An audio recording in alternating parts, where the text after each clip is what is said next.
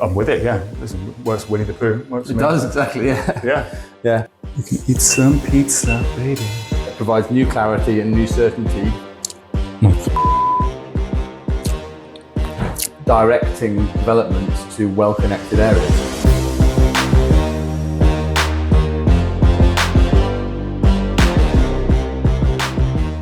So, Harry Quartermaine, we're going to be talking about your favourite pizza. Pretty warm day, you've chosen a pretty hot pizza, and also the station opportunity, what the draft NPPF means for 463,000 new homes. Take that apart in a few slices. Hello, Harry. Hi Alex, great, thanks for having me. What are we doing first? I've got to be honest, this is normally a flavour of pizza that I would buy from a pizzeria. There's a really nice pizzeria near me in Bristol that serves a really good one. So it's the first time I've made this combination. Okay. So we're going to figure it out as we go. I think we're going to probably start with the sausage and then the broccoli, the mozzarella on top, and then drizzle the hot honey. That's the strategy. You'll be glad to know, being a proper sous chef, I have sauteed the broccoli as to your requirements and standards beforehand as well. So excellent. Right, let's start with this. So this is the un-dooj-a. I like that you haven't done this loads of times because it makes me feel better about some of my cooking efforts as well. Would you do it as a dip afterwards, or is it all about baking it beforehand? You could definitely do it as a dip afterwards. Anything, what's not to like about dipping something in honey? I'm with it, yeah. Listen, works Winnie the Pooh. It does, exactly, yeah. Yeah. Right, so that's all the ingredients in place. We chuck in the oven? Let's get it in the oven, yeah.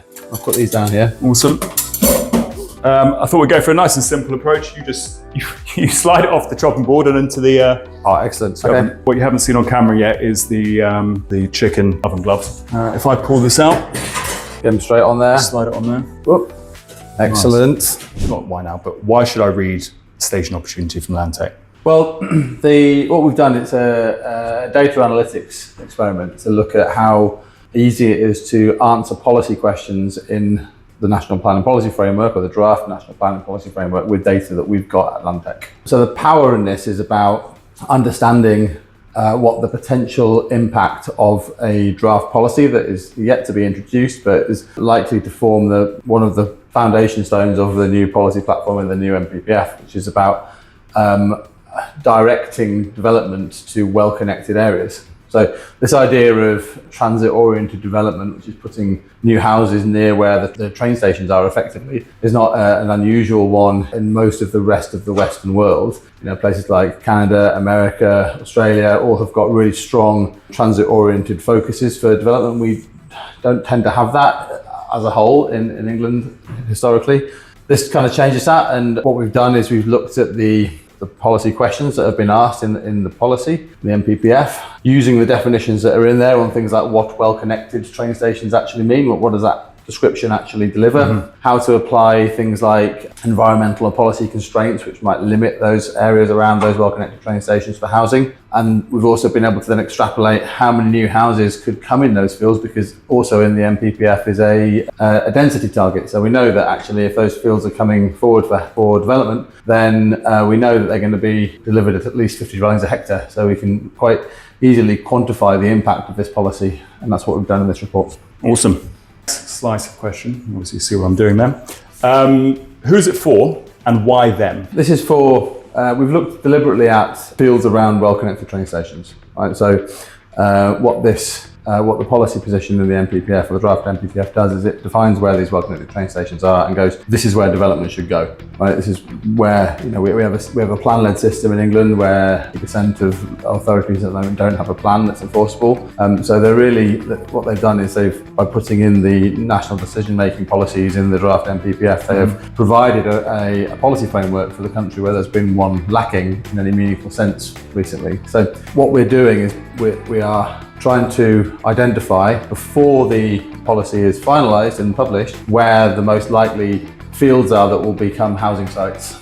Some of these are in the green belt at the moment, some of them are in places that wouldn't have previously been considered for housing, but actually with this new policy platform in place, these will become housing sites as soon as the framework is released. So it's something that will direct the location of what you could call speculative development, because it's outside of the local plan. But these will become valuable housing sites in the near future. Okay, and Harry, why now? Why this report released, and why is it relevant? Well, I suppose more importantly, why is it relevant now? It's relevant now because the NPPF, the draft NPPF was released in December. which is 6 months ago now. The government promised to release the final version in the summer. Now, we're recording this on the day that Keir Starmer resigned, so there was a little bit of uncertainty about what direction a future government will go in and how much of this will be taken forward. We can only speculate at this point in time that at least some of the elements of new rules-based approach to planning policy at the national level will be carried forward. If it is carried forward in a final version of the NPPF, then the question why now is because we have a situation where we haven't been delivering anywhere near enough homes for decades, and this will facilitate new confidence in houses coming forward in the right locations, and it will do that at a rapid clip. You know, you saw the turnaround from the last NPPF coming out with the introduction of grey belt. Suddenly, planning applications coming online where there was people were really looking at sites that have been in their back catalogue for years and untouchable because of things like greenbelt. Now those sites were coming forward because they were meeting the new policy targets and new policy levers. The same thing will happen with this. As soon as this comes out, all those sites that around well-connected train stations will be valuable housing sites. Okay, awesome. That's the timer for the pizza. Okay, so have a quick look. Should we peer through the looking glass? I mean, that's pretty juicy. Should we turn it off and let it give it a second to rest? Let's have a gander. We get a spatula or something. I think we just slide it on. Oh yeah. Slide in, slide out. I'm gonna risk the burn. Good man. I worked in hospitality. I've got asbestos fingers. You lost the feeling in your fingers a long time ago. Good to know. I mean, that does look pretty awesome. Let's do it. Okay. Okay, napkin, because I think there's going to be some extra honey drizzling going on. I mean, I'm curious for your sake as well how this stacks up versus your the Bristol offering. I think this has been made with love. This one, so this is, homemade is always better, right? I like to think so, yeah. I mean, obviously we won't try and pretend that we made the base and everything else, but the way that we put it together was 100%. That's right. That's where the love from the. Right. Do you want to pick a slice? How brave are you feeling? You can go one with loads of un-dooj-a on it, or one that's got a bit less. I think I'm going to go. You're obviously the pro at this stuff. I'm going to go for a side bite on this one. Yeah. How does that look compared to what you get served up? Yeah. Yeah. Super I'll good. give you that. I'll put that on there. So I'll show what this looks like. Actually, no, we've got the close up here as well, so there we go, and use that camera. I've obviously made a bit of a mess of it now, but the whole point is to get stuck in. Right. Yeah. Cheers. Thanks, Enjoy. Alex. Hopefully it's cool enough. We're not going to both scald our mouths now.